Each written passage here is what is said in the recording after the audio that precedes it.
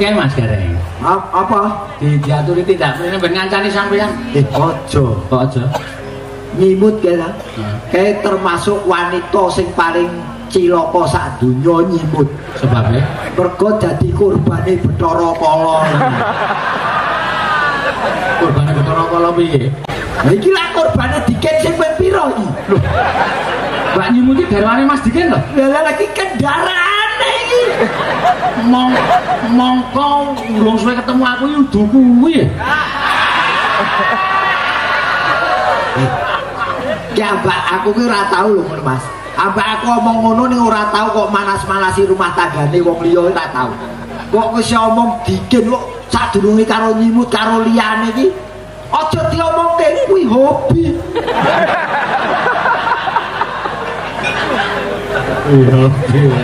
Kula nuwun ingkang sowan padalah. Nggih. Mesakake uripe. Kula pas entuk. Aku sowan Mas Gareng. Kan miyai kaya ngono kok kecemplung neraka. Iki kok aku ki rada capet-capet rapat krungu iki mau sing dirembuk apa, Mas? Hah? Iki mau ngrembug apa? Jenengan ngendika apa karo Pak Seno? Arisan keluarga. Ora tak genake jenengan panggil Cak Diken ora karo aku ki lha terus karo sapa? Lah kuwi bojone lho, Mas. Iya napa? Oh paling sampean rada cilik kok mbiyen dadi kula pangling mboten kok dikira ya apik. Oh bojone niku nek namang kula niki kok jenengan panggil kok ora karo aku kan aku curiga. Lho, Cak Diken niku Lah aku kan cemburu lho, Bojone sama Mas. bojone Iki lho Pak Seno ki tau ketemu karo Cak Diken ki ora karo aku ki. rumangsane bojone kowe tok. Heeh ki ya Sing pasti. konangan. Piye to Mas critane aku ora patek mudeng lho. Sing ngomong ngadeg sapa? Iku. Dulu dikompon komendane. Dewe wis ra kuat.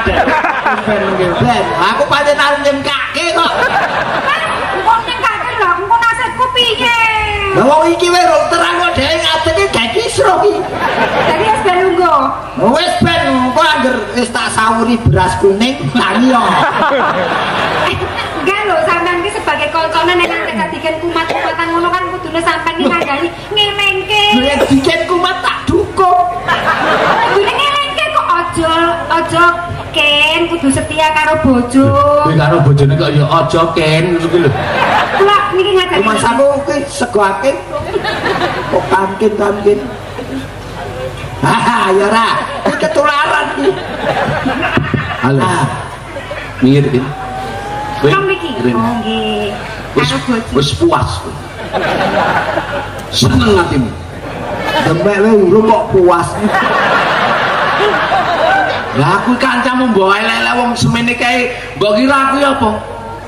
Yo tak kira kembangi ngomong lho, Geng. Allah ngono kok. Piye kok plegak kowe iki piye? Kok kandhane lek bojoku cilaka sak donya. Dasarmu harus mendasar. Pancasila.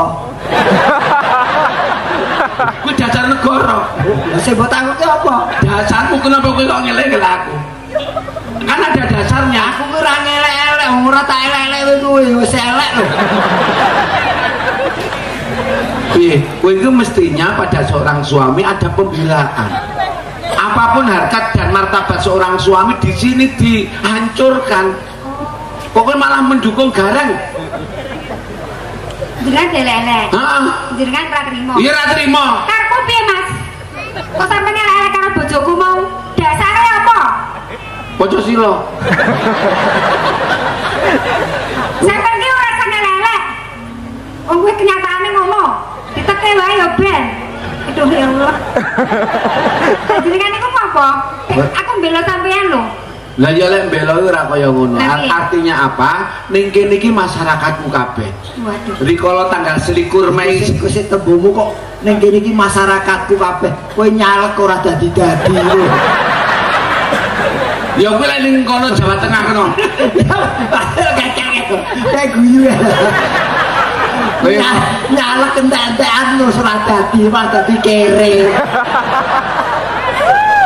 Loh, tapi kan ada identitas, ada semangat sebagai warga negara yang baik berhak di dalam hukum dan pemerintahan. Lho ya berak-berak nih yang mawas diri yen kowe ora pantes sih rasa nyalek. Kowe iki caleg ora pantes kowe culek. Artinya apa? Aku tanggal selikur tekan selawe wingi mengadakan rekor muri pentas campur sari selama 90 jam. Iki masyarakatku kabeh. Jangan pernah kau racuni dengan perkataan-perkataan yang tidak senonoh tentang aku, tentang bojoku, Nyimut Sri Lestari. Yang istriku yang jelaskan. 4. Insya Allah terakhir. Bojomu iki piro? 4. Dulu iki duwe bojo apa ngremus timun? 4 iki. Loh, saking bagusnya kok ya. Kok panjenengan ra preso tak dol biyen kok ya. Saking bagusnya. Lho kok sik. Lho, votingan toh aku wiwit ya.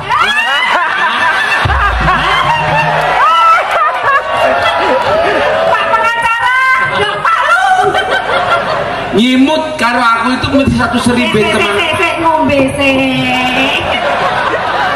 Oh ya iki kok dadine padi tenan iki. Iku ning ngomong coba dulu. Kalian ngomong al insanu mahalul khata. Apa artine? Manungsa iki entuk salah. Hati-hatimu dhewe. Kok tolong mut Mulane kok mulane aku karo dhek iki tak iso meteng. Tapi pikirane kene ngene wiwit wae. Iya kok. Ya, Yo jasmu iki. ora kancane ora panas. Tulung ngono aku. Kowe nganti saiki iki urung iso bobot. Butuh donatur kok. Maksudmu donatur kowe arep ngetengi bojoku. Pikirane Ben rapopo. sik pikirane lek. Rapopo. Ora pikirane lek. Donatur itu tidak selalu negatif dalam hal ini. Saran rembuk mbok menawa aku bisa mengalternatifkan usulan yen kuwi wis ora iso kabeh lagi Maksudnya lagi golek usaha meneh itu kowe. ora selamat Aku ki jare pengen banget nih keturunan pelawak kados Mas Garing ini sapa wonge to? Bagusnya bagus, pintere pinter, lawak yo lucu, nyanyi suarane yo apik. Pengen banget keturunan kanggone Mas Garing aku. tegese bojomu ki imane pancen kuat banget ya. Bisa milah ndi sing apik bisa milah. Nyuwun dadosa paseksen kula kali Mbak Nyimut utawi Mbak Nyimut kali Garing menika pantes pundi? Kalih Mas Garing.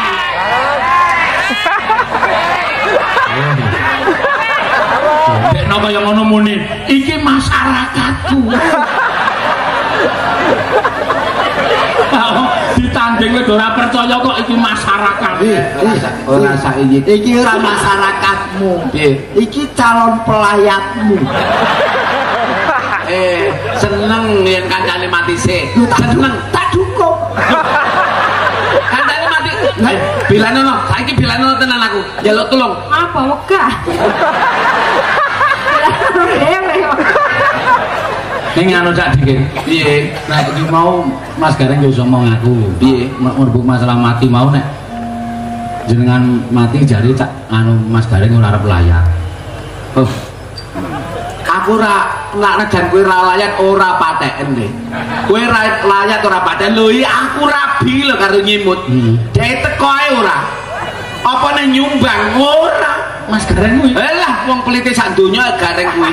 Ana akibat ki mesti ana sebab. Sebabe apa aku ora teko ora nyumbang? Aku wis ngerti kelakuanmu. Upama tak sumbang ya ki percuma ora urung kaya cerai meneh. Ya ora mungkin iki awake dhewe terakhir ya, Bu ya. Ya mbok aku ora ngerti. Iki tak neng-neng kok iso geger ning omah iki. Bikinnya agar ngono engko bali njuk. Wong Jawa. Delok aku. Ora ya njuk turu. Ra sudi. Wong senengane aja digawe iki nggo percontohan. Figur publik tuh apapun yang dilakukan selalu dipandang oleh masyarakat untuk percontohan. Berbuatlah yang baik di mata masyarakat. Sopo to sing kepengin urip ketula-tula? Kowe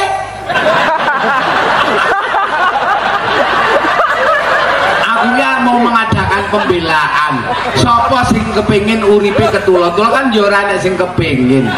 Aku yo tidak pernah punya bercita-cita bojo ngantek ping 4. Iki dilalah aku kudu nglakoni apa sing digarike Gusti Allah. Betul, Mas Gareng. Dadi iki sampean kudu iso bedake antarane kuwi mau perjalanan hidup karo celutak. Kuwi kudu iso bedake. Dadi iki termasuk proses perjalanan hidup memang takdirnya harus begitu, bukan karena celutak. Jadi sampean iso milahke lho, aja kaya ngono aja menjatuhkan kanca ngono kuwi. Matur nuwun. Tapi iki lho bojone dicelutak-celutak. Seno. Komentara.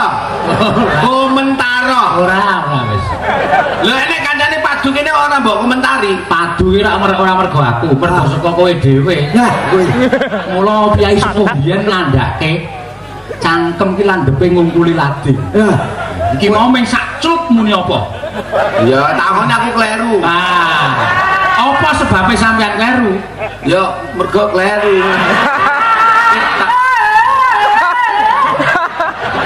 kowe yen ra kepengin gak padu karo bojomu gampang. Piye? Sing marai padu apa? Cangkem. Cangkeme dicor. Aku cekam cangkem terus ya. Delokne aku cekam cangkem terus ya. Reng, tak tebus kesalahanku. Pancen luput lek ku omong wallahi kurang duwe pikiran piye-piye. Terus aku harus percaya gitu. Aku Ya. harus bilang wow gitu. Terus aku harus bilang gitu. Terus Wow, itu gak akan selesai diklarifikasi ya. Kalau kamu sudah bilang begitu apa aku harus bilang innalillahi wa inna ilaihi Makane nek tak peseni nek nyambut damel niku le fokus, konsen. sing konsen sing diadep ora kok. menungsane ning kene pikirane tekan didi ora Ini tidak bagus itu. iki contoh iki saiki menungsane ning ndi ning pikirane ning didi sobat rogone ning kene nyawane ning didi Jadi wis do puas lah aku dikeruyo wong telu. Kowe musuhi aku, bojoku musuhi, Seno ya musuhi. lho pancen banyak kan bengi iki diwalik lakone apa Mas banjaran di anu banjaran. ganti Ganti apa? gugure dikit Wis, Dit, kowe sesuk tak samelo. Kowe sesuk ora tajak. Apa? ning ndi Hah? ning ndi Ya ora tanggapan kok. kerewe kok sombong senengane kok wong ora tanggapan ora ngejak wong Dene apa?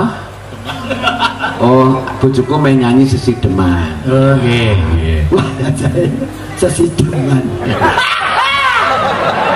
opine dikit sesideman Ya, wih. ketulakan duli maksudnya ora dindingan Sesi Deman iki lagu karyane Ki Sukron Suwondo. iya Padha karo sing arep mau ya, Jan. Bawa dhisik Mas Geder. Ah, sing apik ya diajeng. wis ditinting nang kedep terus Wiwitane wiwit meneh iki kok tekan rampung ya. Alah ya. Aku ngene kon ngono kok ora dijogo. Tidak apa wanita murah. Sana kembali sana. Mas Kareng. Laine wong kleru iki wagu.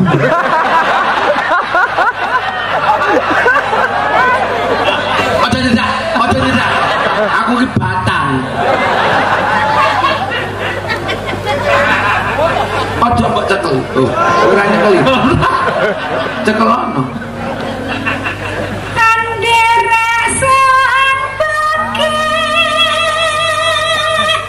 Yo ngomong ngono.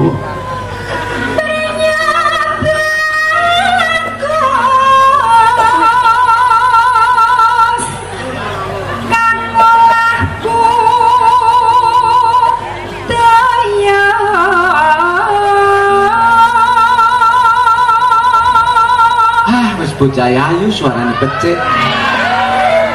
Dunia kira enek kurang siji. Apa? Bocah ayu suarane becik iso diapusi.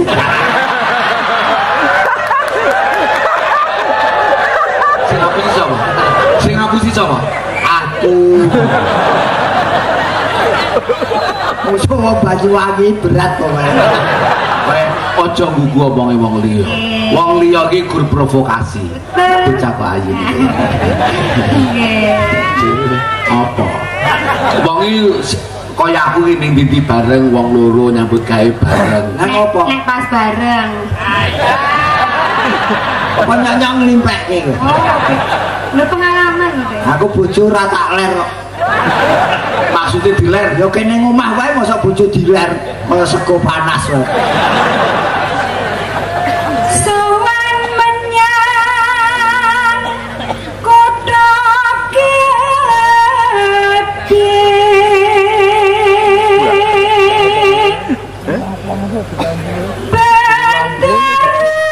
Terus kayung-yung bocah wedok lunga ning kutha gedhe bendara kang nyun juragane seneng Ki mau nek kleru geger meneh. Bendara dolan ning kota gedhe terus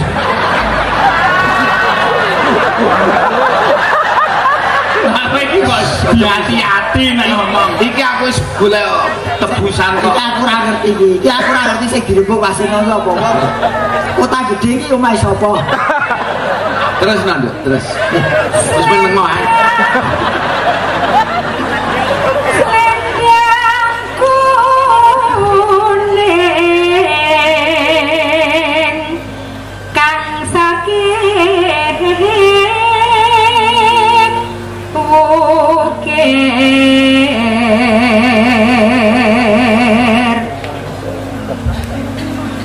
suara kurang permono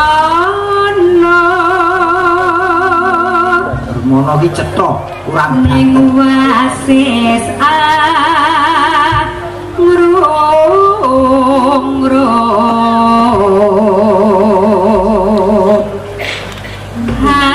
ngrung marang bendara nyenengke juragane cah wedok iki mau Ya ora omong. ya sulis yo pijer ngincangake alih Kode. Yo. terus tresno wadadul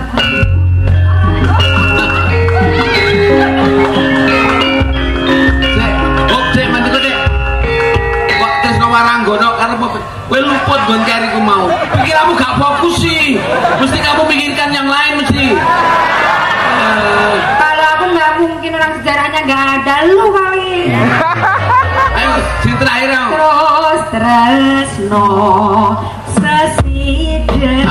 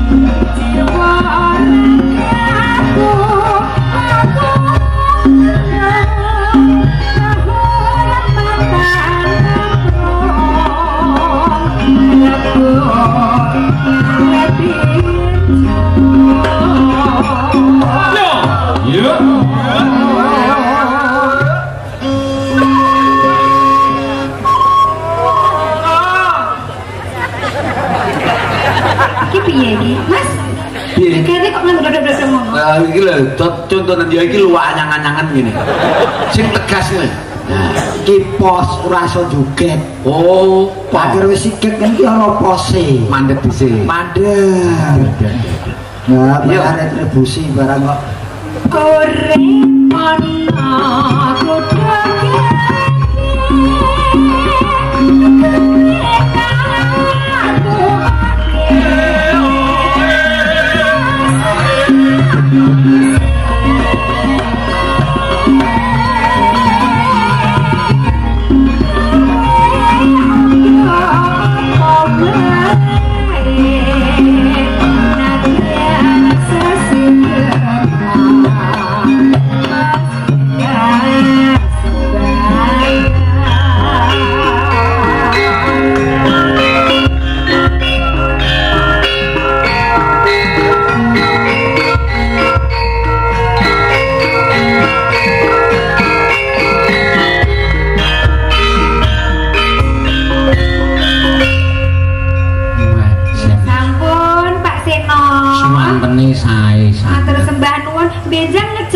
Pinten. Waduh, kula rawani alih keng roko. Mboten napa-napa. Ya pancen sing ngelak ya engko dijok.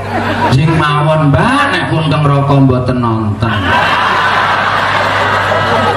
Maksudnya kowe pengen dhewe ngono lho.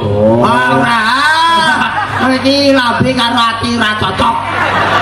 Maksudnya iki yo matek iki kowe. Yen roko mboten enten iki tegese kowe wis mati lagi dijak. Lho. Lah ya iki ngene. Mas Jono mau wis ketemu karo Mas Seno. Rencana dalam bulan Desember kan Mas Jono arep wayangan. Anu kene, iki tak jok nih. Aku wis ngomong Mas Jono aja nganti Desember, September ae aku ngono. Lah apa? Lah iya lek anu umure Seno tekan Desember. Lek September terus mati. Oh, ya, ora apa-apa. Ora apa-apa dijoki apa. Aku ora muni mati lho Mas Dikin. Ora ono. Lha nek iki tegese sampean piye dhewe? Ning ki mau bilang nek aku mati, ditenono aku padha Mas Gareng. Kok aku padha sampean. Nek sampean mati aku ora layak. Lah yo disian kono mati sik piye? Hah? Disian kono sing mati sik. Aku mung padha kae kok. Kowe ora layak tak aku mati. Aku yo padha Mas Seno. Ora nganggo sambel pokoke. Kok iki kok disi-disian mati lah apa to? Lah yo aku mau dijoke September iki mau. Aku nek dhek mati aku gak layak jelas. Ora ning wong mayite ra jelas wong mayite digondol kiri ngalor ngidul kowe. Yo ora iso tetep ora iso kowe tetep ora iso layat aku wis. Lah ngopo? Yo kandhane wis jadwal iki dhisik kowe kok. Ora usah ngrembug permatian ngono kuwi tidak baik. Pokoknya sing kepengin urip aku ahlinya menghidupkan. Aku ora percaya. Saiki daripada ngrembug mati-mati kan medeni lho Mas. Kepengin sapa wae sing kepengin urip saya ahlinya. Ning sampean tetep aku ora percaya sampean. Ora percaya. Oh, sampean ora iso ngurutke Cak Dikin. Cak Dikin iku kencing manise wis parah. Dikin iki mbok kapak-kapake ora iso mbok starter, ora iso mbok engkol, ora iso. Yo iki aku diadili Gareng karo Seno. Berikan jawaban yang sebenarnya. Jangan sampai menjadi fitnah. Sing jujur apa mboten? Sing jujur. Oh, nggih. Nggih, dalu menika kula badhe mengklarifikasi apa yang telah terjadi. Tadi menika sampun sehat, sampun lemah. Aja kesusul lho, muni sehat kok kleru sedo. Sehat, sampun lemah. Terus sampun sakit digunakan sebagaimana mestinya. Aku rasa balik Inggris di sini. Kok sik nek ndeben kan gun pipis ngono to. Saiki wis iso digunakake wis gleling kae. Iki yo kuwi ning cilokone. Apa? Aja ngantek didamu. Nek didamu ki mengkeret. Oh ya sesuk tak sileke blower. Wis. Sampun nggih Pak Seno. Apa sing disampaikan Gareng pancen bener no Seno. Jenengku asli dhisik cilikku jenenge Sujarno. Sejarahe Kang-mas-kamasku loro itu meninggal dalam waktu yang tidak terlalu lama. Sing sitok meninggal seminggu kemudian Kang Masku njur terus lahir aku. Jane arep dipateni sisan. Sapa iki pateni? Kowe to meneng Mas Eno wis percaya lho kowe dadak geger nopo lho. Ora mungkin wong meger-meger ning kene dipateni. Jane.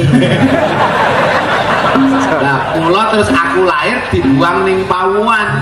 Dibuang ning pawuan sing nemu dukune bayi njuk dikeki Tenger Sujarno.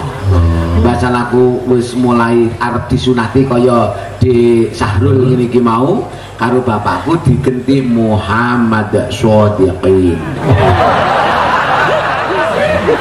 Aku ngledok barang ngono. Ahmad Shodiqin. Ora ana tembung kok ngledok iki. Cengkok ora cengkok ku ya ngledok. Senengane mula saiki dheweke iki polah piye-piye Jarno wae. Mergo wis sesuai karo jenenge aja dilekke. Ku lak mati dhewe. Nah, bojomu iso apa? Isone bojomu iki apa? Bojoku iso anak loro. Enggak, ini babakan suara. Suara to? Hah? Sing sak menake iki apa ana sing iso ngalahke suarane bojoku? Lho, bojomu ya pinter nyanyi. Iki pirang oktav? Iki ya paling dhuwur 2 oktav. Bojoku ki 6 oktav. Wah, edah. 6 oktav Tinggine. Suara bocah ora sombong yen nyuwara ora tau pamer-pamer di depan umum. Hah? Ngenteni sepine wong. Hah? Jam 12 bengi metu kok ngomong. Kire ta? Nek yo meter kok ken. Sombong nek kire wong buktine anak-anak lah kok. Ning nyatane Mas, Mas Eno iki bojone iki ya luar biasa. Aku aki ngerti kuwi bojone. Tahu pentas ning Kendal, aku ndodoki omahe dhek. Reng, ayo Reng mangkat kuwi sore aku ngono mampir nggone dhek. Pintu dibuka. Ting cengungu ki enek ndas loro. Ngisor ndas, dhuwur ya enek ndas. Lho, tak delok dhuwur. Iki bojone Gareng. Iki kirike Gareng. Antarane kirike Gareng karo bojone Gareng iki ayu kirike. Percaya. ora kok sik tak bayangke kuwi lho Mas kok kirik karo bojone dianggep percaya Diken mesti ngerti bab kirik wong dheweke kulino karo kirik kok. Percaya wis. Ora ngono kuwi. Tak belani apa Mas aku karo kirik. Sing percaya kuwi. Wong bojoku karo kirik padha lho. Aku iso nyenengne bojoku. Lah terus mulai kok tanggapan tak kayak duit sok seneng. Lah bojomu kowe mulai karo bojomu kok bojomu nangis malahan ora seneng dikai duit. Nah, bojoku itu ora butuh materi. Ning butuh prataningsun. Prataningsun. Duit dan duit tok wong ora mulih rekoso lan batin. Oh. Dene ngopo kok dadak nangis bojomu? Hobi kok. Berarti bojone hobine akeh banget. Wah, bojoku ki apa-apa diobeni kok. Wong nangis ki ana sebabe. Oh, ana masalah di keluarga. Iya, ya ngomong aku tak melu ngrampungi. Wis karo menyelesaikan masalahku. Heeh. Selesaikanlah masalahmu dulu. Kamu itu penuh masalah. Wah, bodoh. Kowe melu guyung apa? Mas kowe iki manusia penuh masalah. Masalahnya kok ndi? Bojomu Ya biasa kecemburuan. Oh, jadi ada faktor kecemburuan. Orang tresno semakin cinta tuh semakin besar cemburunya. Bojoku yen nesu Mas. Ora tau ngwarani wong lanang, ora tau ngejak padu. Hah? Popole nangis yen wis nangis mutung. Hah? Turu mengkurep. Bojomu turu mengkurep kamangka kowe ngerti dhewe aku bar cipta Mas Jarno. Hah? Jamuku kuwi ya mung bojo. Oh iya iya. Bareng nyambut gawe ngene bali tekan omah bojo turu mengkurep piye jamuku? Tak brengkal ki ra iso ken. Lah sebabe Kelet di atiku. atine gondok banget. Ning ngendikane para pini sepuh. Mas Sino ya mesti kelingan. Bojoku main okol. Yen ki ngadepi wong okol gunakno akal. Golek akal kinaku. Oh, kepiye carane? Mlaku nang tengah pasar entuk akal ana spanduk jamu dipasang tak tarik regete tekan omah tak ketok tak nggo kathok. Aku nganggo kathok spanduk jamu bojoku weruh aduh Mas aku luput karo kowe Mas aku njaluk ngapura aku nyiksa karo kowe Mas. Kok sadar? Aku nganggo kathok spanduk jamu. Lah piye? Tulisannya ning kene berdiri sejak 1918. Oh. Dianggapnya bojomu lek nyiksa. Begitu saya merasa menang, bojoku kalah, ngadi-adi sombong, bojoku balas piye? Golek spanduk entuk spanduk pabrik anyar. Ditarik digorok, spanduk pabrik anyar digorok. Lho kok bales mergo aku jual mahal. Oh, nganggo rok kuwi spanduk pabrik anyar metu omah tak tarikane ndi? Anang pasar Mas, remuk kuwi. Lho kok seremuk? Nganggo spanduk pabrik anyar kuwi. Ning kene tulisane ada lowongan. Ono sing lamar 5 piye ora remuk. Ingsun pribadi kan cilok. Aku ya tau ngerti bojomu nganggo ngono ning tulisane dudu kuwi. Apa? Tulisane tak waca. Lah pengen piye? Ngono iki bojomu. Tulisane ya nang kene. Berarti petok kowe iki nduk saling nggih. Kan didepe aku kok melu maca. Diambil kesimpulan piye? Ini kesimpulannya ini. Aku cerita ini diambil hikmahnya. Hikmahnya dalam hidup di masyarakat ini, dalam posisi apapun, setiap Anda menghadapi orang yang main okol, main otot ya, hadapilah dengan akal. Ya. Tentunya akan mendapatkan jalan yang baik dan benar. Yang okol kok main okol kok dadine benturan. Oh. Jadi diakali supaya tidak terjadi trah. Lek aku ning omah, padu dipadoni bojoku, iku kok okol. Aku kudu gawe akalku piye? Akalku. Siap. Riko mati.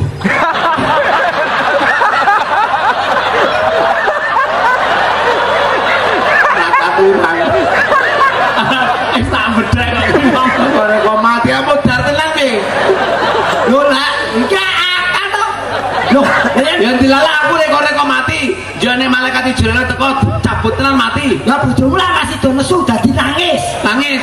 Wis ora padu to. Dadi lek nangis solusine ya wis, cepet bojomu ora nesu. Oh, wis titik. Cepet iki bojomu ora nesu perkara kowe mati terserah. Lah aku mati terus bojoku. Loh, ayo butuh persewaan aku juga siap. Aku suka relawan persewaan. Ning wonten bapile Mas Dike. Oke. Kacenge. Lagunya piye? Lagu. Oh, tak kira ngeling-ngelingke.